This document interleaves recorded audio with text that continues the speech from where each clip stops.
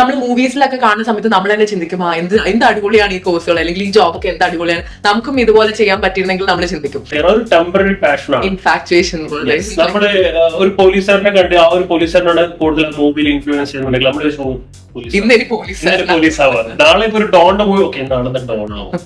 So അത് എന്ന് പറഞ്ഞൊരു ടെമ്പററി പാഷൻ മാത്രമാണ്. പുതിയൊരു ട്രെൻഡിങ് ആയിട്ട് അല്ലെങ്കിൽ മൂവിയിൽ കണ്ടുവരുന്ന പോലത്തെ ഒരു കോഴ്സ് എന്ന് പറയുന്നത് ഇപ്പോ ഞാൻ നേരത്തെ പറഞ്ഞ പോലെ തന്നെ forensic science, digital forensic science. So അങ്ങനെയുള്ള ഒരു കോഴ്സസ് എടുക്കുകയാണെന്നുണ്ടെങ്കിൽ അവർക്ക് എന്ത് ചെയ്യാൻ പറ്റും, നല്ലൊരു രീതിയിൽ ഇൻഫ്ലുവൻസ് ചെയ്തിട്ട് ആ ഒരു വർക്ക് ഇഷ്ടപ്പെട്ടോട് കൂടിയിട്ട് വർക്ക് ചെയ്യാൻ വേണ്ടി പറ്റും. പിന്നെ നമുക്ക് നോക്കുകയാണെന്നുണ്ടെങ്കിൽ നേരത്തെ പറഞ്ഞ പോലെ തന്നെ ഫിൻടെക് എന്ന് പറയുന്ന കോഴ്സ്, ഇതൊന്നും ഒരിക്കലും എന്താ പറയുക ട്രെൻഡ് ഫോളോ ചെയ്ത് പോകുന്നില്ല. നമുക്ക് ഓപ്പർച്യൂണിറ്റീസ് ഭാവിയിലേക്ക് നല്ലതുപോലെ ഇന്ത്യയിൽ തന്നെ വളരെ അധികമായിട്ട് നമുക്ക് ഫിൻടെക് പഠിച്ച സ്റ്റുഡൻസിന് ആവശ്യമുണ്ട്. അതേപോലെ തന്നെ ജെനറ്റിക് എഞ്ചിനീയറിംഗ് നമ്മുടെ ഇവിടെ നമുക്ക് റിസർച്ച് പ്രോഗ്രാമിന് കോഴ്സസ് കുറവാണെന്നുണ്ടെന്നുണ്ടെങ്കിൽ നമ്മൾ അബ്രോഡിൽ ചൂസ് ചെയ്യുകയാണെന്നുണ്ടെന്നുണ്ടെങ്കിൽ ഈ ഒരു പ്രോഗ്രാം എന്താ പറയുക നല്ലൊരു ഓപ്പർച്യൂണിറ്റിയാണ് പുറത്തുള്ള കൺട്രീസിൽ കൊടുക്കുന്നത്.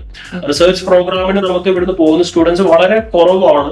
റീസൺ എന്താണെന്ന് വെച്ചിട്ടുണ്ടെങ്കിൽ അതിനെ പറ്റിയിട്ടുള്ള യൂണിവേഴ്സിറ്റീസ് അവൈലബിലിറ്റീസ് കുറവാണ്.